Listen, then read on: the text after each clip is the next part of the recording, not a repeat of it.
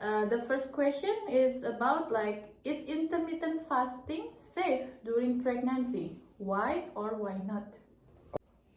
Okay. Fasting during the first trimester is not recommended. Intermittent fasting in the first trimester, don't do it because when the woman do intermittent fasting in the first trimester, it can cause low birth weight, some placental abnormalities. Second and third trimester is more safe than the first trimester. Okay. And how does intermittent fasting affect blood sugar levels and energy, especially during pregnancy? Okay.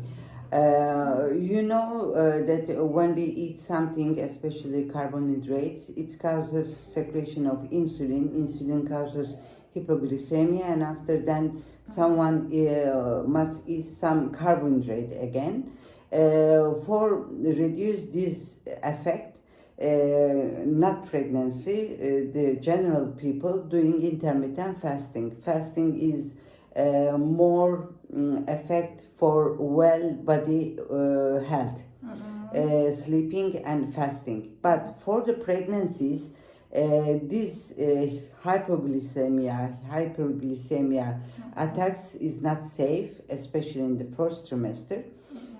Also, we recommend for the pregnant patients not carbohydrate, not full carbohydrate. We recommend vegetables, salads, and fish, and minimum carbohydrate, not to secrete the insulin and not to secrete insulin and causes hypoglycemia. Because of that, intermittent fasting is doing second and third trimester with the rules. It will be help for pregnancy patients as normal patients. So sometimes, Professor, there is about religious reason, yeah, like iftar, Ramadan for a pregnant woman. Yeah. Is that okay for maybe some mothers, some pregnant women kind of want to push themselves to do iftar? Yeah, in my opinion, for religious reasons, they want not to eat until iftar. Yeah, yeah. But I don't recommend it, especially in the first trimester. Okay. They have eat time to time. In second or third trimester, it can be, Okay. but I don't recommend. Even let's say for religious Yeah. matters, yeah, for Yeah. Ramadan something, Yeah, I don't recommend it. because it's really not good for the Yeah. baby itself. Yeah. Yeah, okay. Tentang intermittent fasting. Topiknya intermittent fasting. Intermittent fasting. Kami juga ada dari grup kelompok 3 di BINUS mengenai Pancasila, Dok. Nah, Yes. pertanyaannya nih, Dok, bahaya nggak ya, Dok, untuk ibu hamil untuk melakukan fasting, Dok? Oh iya. Intermittent fasting ada sesuatu yang benar yang sangat spesial ya.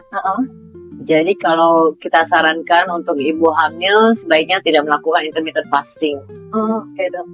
Karena ibu hamil perlu untuk energinya semuanya, untuk janinnya juga, pertumbuhan janin. Jadi growth hormone itu yang penting untuk ibu hamil. Ibu hamil ya, Dok. Karena ibu hamil nggak bisa kalau glukosanya turun, terus tekanan darahnya turun, terus dia juga nggak bisa dalam stres. Nah, nanti juga stres juga buat bayinya. Jadi juga nanti bisa kalau dia kekurangan cairan, kekurangan energi, kekurangan protein, jadi tidak baik buat bayinya. Oh, buat janinnya juga ya, Dok, ya? Tidak baik. Intermittent fasting sangat spesial. Enggak semua orang boleh intermittent fasting. Oh, baik, Dok. Kita kan tahu kalau sekarang kan lagi gencar banget ya, Dok, untuk fasting ya, Dok, ya? Iya, intermittent fasting semuanya orang iya. Tapi itu hanya untuk orang-orang khusus, untuk yang spesial, untuk penyakit yang metabolic syndrome, yang sudah lama, yang kronik. Kalau untuk yang lagi akut-akut, emergency, yang cepat, sebenarnya sebaiknya tidak, harus konsultasi dengan medis sama dokternya mereka atau nutrisinya mereka. Oh, berarti nggak sembarangan ya, Dok, ya? Nggak sembarangan. Semua orang harus menjalani, tidak. Oh, tidak. Dok, makanan apa sih, Dok, yang bagus buat intermittent fasting itu, Dok? Nah, intermittent fasting itu tergantung bagaimana kita boleh semua orang, boleh Iya. orang yang sehat ya. Kalau ada orang yang dengan diabetes, ada chronic disease, ada metabolik, itu memang bagus, tapi pelan-pelan. Tidak semua orang harus bisa langsung berapa jam. Jadi memang disarankan 12 jam dulu apa 13 jam dulu. Ntar kita pakai waktunya. Kita sendiri yang bisa mengerange Waktunya waktunya. dok, ya waktunya menentukan. dok. Boleh seminggu sekali dulu percobaan. Nanti baru lama-lama memang tambahin lagi jamnya. Misalnya sekarang disarankan antara 16 jam fasting, 8 jam boleh makan. Boleh makan. Ada window buat makannya Oh, 8 makannya. jam. Makanan itu apa dok yang bagus ya dok kalau zaman sekarang kayak gini dok? Kalau intermittent fasting, kamu melakukan intermittent fasting, tetap saja kamu harus ada yang paling tinggi fibernya, seratnya Seratnya harus banyak. Jadi kalau porsi makanan itu, yang setengahnya dalam satu piring, setengahnya harus serat, seperempatnya 25%-nya protein sama lemak, ya. 25%-nya karbohidrat, nasi, kentang atau apapun yang karbohidrat, pasta. Karbohidrat. Yang dimakan dahulu seratnya.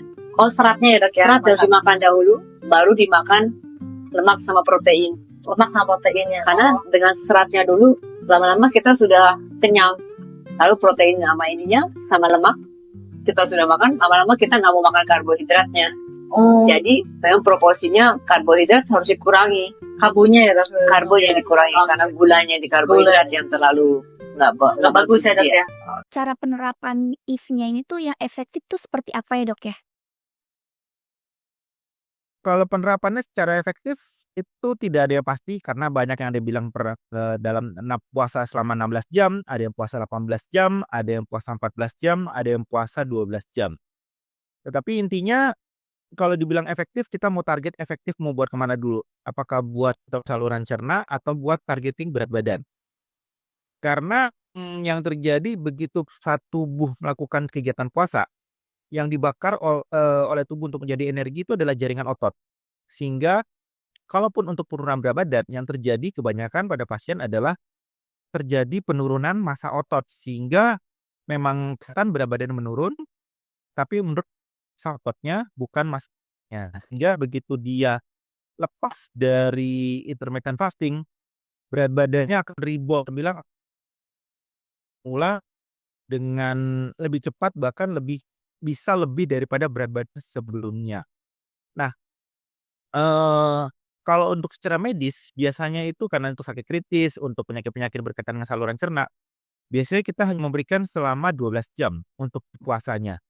Maksimum 12 jam dan minimum itu adalah 8 jam. Jadi aturannya kalau secara medis hanya begitu. Kemudian untuk misalnya berat badan, rata-rata dari beberapa penelitian yang mereka lakukan itu ada sekitar 14 hingga 16 jam.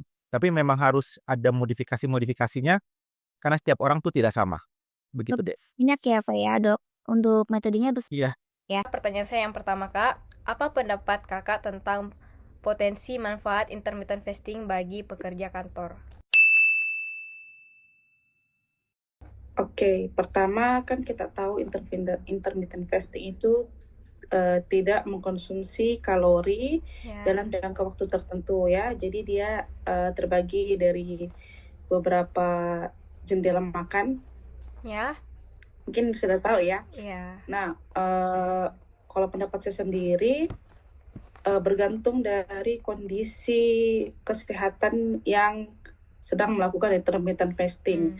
Kalau misalkan dia tidak ada masalah kesehatan seperti penyakit lambung atau GERD, itu bisa dilakukan. Kecuali apabila mereka terdapat kondisi-kondisi tersebut, maka sebaiknya makan saja dalam porsi yang biasa pagi, siang, malam. Kemudian kalau untuk intermittent fasting, pada saat kita awal melakukan itu ada dampak-dampak yang dirasakan kan biasanya. Ya, yang pertama itu lemas. Kalau untuk dampaknya ke kinerja seseorang apabila sudah terbiasa, saya rasa itu sangat bagus ya. Kita ketahui dampak kesehatannya itu salah satunya dia bisa memperbaiki sensitivitas insulin. Jadi bagus untuk mengontrol gula darah dan berat badan. Oh ya, Pertanyaan kedua itu, bagaimana kakak melihat tren intermittent fasting ini dalam beberapa tahun terakhir? Yang pertama pasti niat dari orang yang melakukan intermittent fasting, Ya. kan. Kedua, kembali tadi kualitas makanannya. Keberhasilan intermittent fasting itu tidak mencapai hasil yang positif apabila asupannya tidak tepat. Kemudian kondisi dari orang yang melakukan intermittent fasting. Tapi kalau semuanya sudah dilakukan dengan baik, jadi dia sehat, kemudian makanan yang dikonsumsi pada saat intermittent fasting itu seimbang dalam artian energi, protein, lemak, dan karbohidratnya cukup, maka akan sangat berdampak positif bagi kesehatan dan berdampak positif pula pada peningkatan kinerja seseorang.